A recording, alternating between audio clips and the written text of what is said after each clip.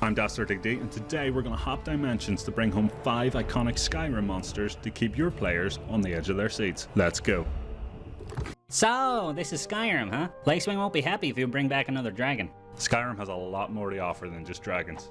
Here's a perfect example. This absolute beauty is a hag raven. She used to be a real smart witch that made a deal with a devil, or a demon, they call them Daedra here, for dark magic. So, she's a hag. Fey magic is risky biscuits. That's the thing, Billy, she's a monstrosity, not a hag. Her pact corrupted her body and soul, while leaving her mind and hunger for power intact. Gross. Speaking of hunger though, what's cooking? You don't even have a stomach, Billy.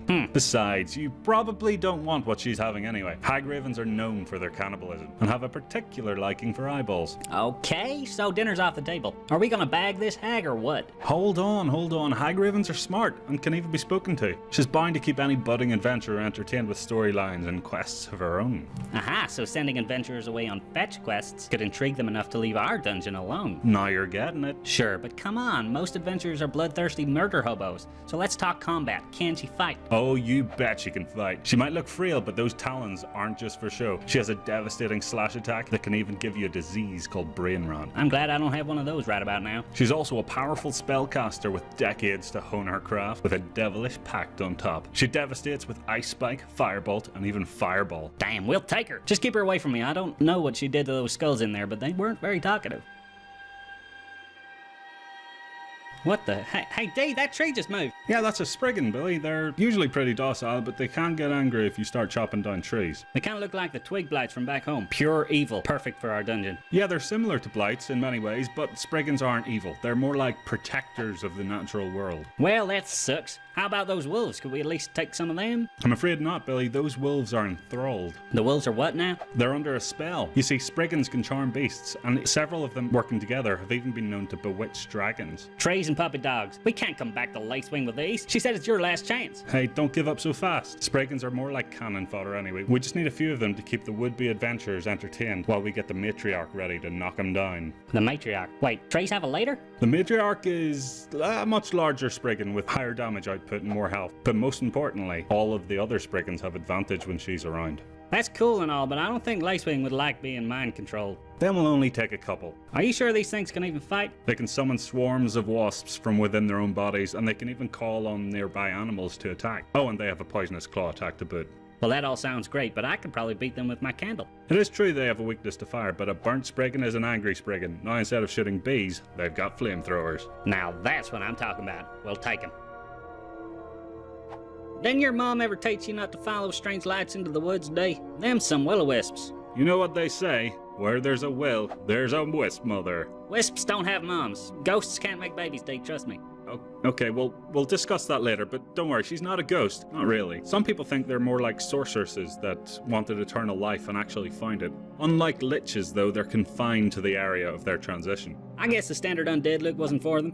I get it. It's an acquired taste. Yeah, they have a lot more to offer than most undead, though, especially in speed. Never standing still or even standing at all, they can hover over the land and water at an incredible velocity. Wow, do you think she could teach me how to hover? Then maybe you could take this broom out of my eye. Assuming you get close enough to ask her, will-o-wisps surround and obey her, returning what little life force they drain from their victims back to her. Will-o-wisps are spooky for sure, but they're no match for an adventuring party. What does she bring to the fight? Well, she circles her enemies while blasting them with ice spikes. Awesome! She sure does like to keep her distance though. So what happens if we get up close? You probably won't come back. One melee attack and she can reduce your maximum health by a massive amount, making it easier for the will-o-wisps to drain your health. Oh, don't want to get on her bad side. Exactly. And we don't have to. Wisp mothers are actually very intelligent and might even rely on puzzles and traps to dispatch their intruders. Nice. Okay, let's wisp them away. Ugh.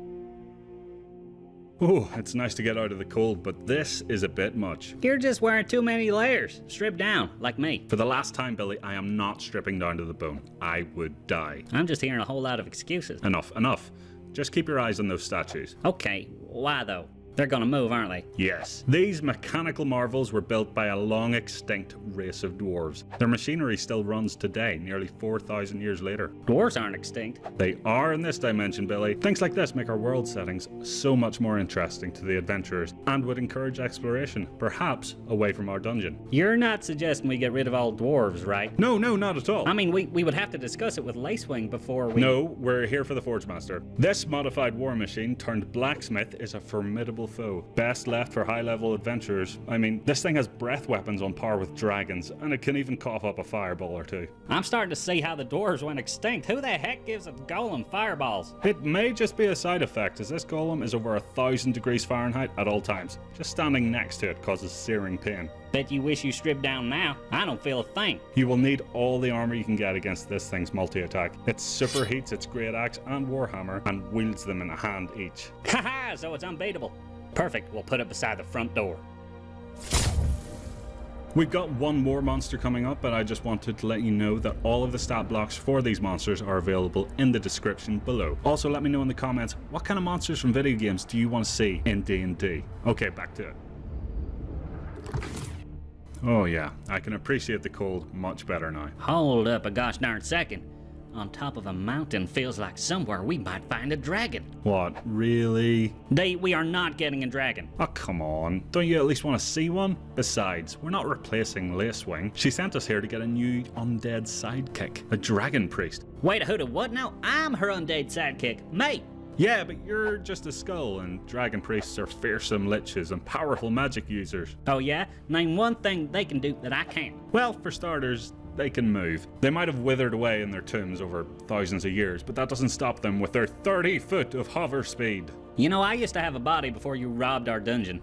Come here so I can bite you. Yeah, sorry about that. I thought you were a mindless, shambling skeleton.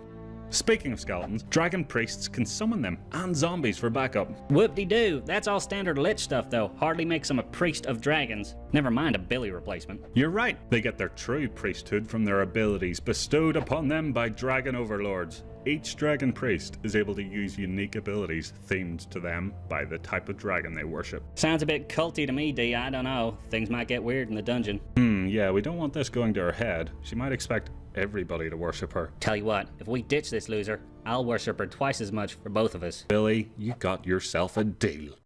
So, while we wait here for our return portal, why not check out this video for more cool monsters in D&D? Oh, and click that icon to find out when we go on our next adventure. Bye!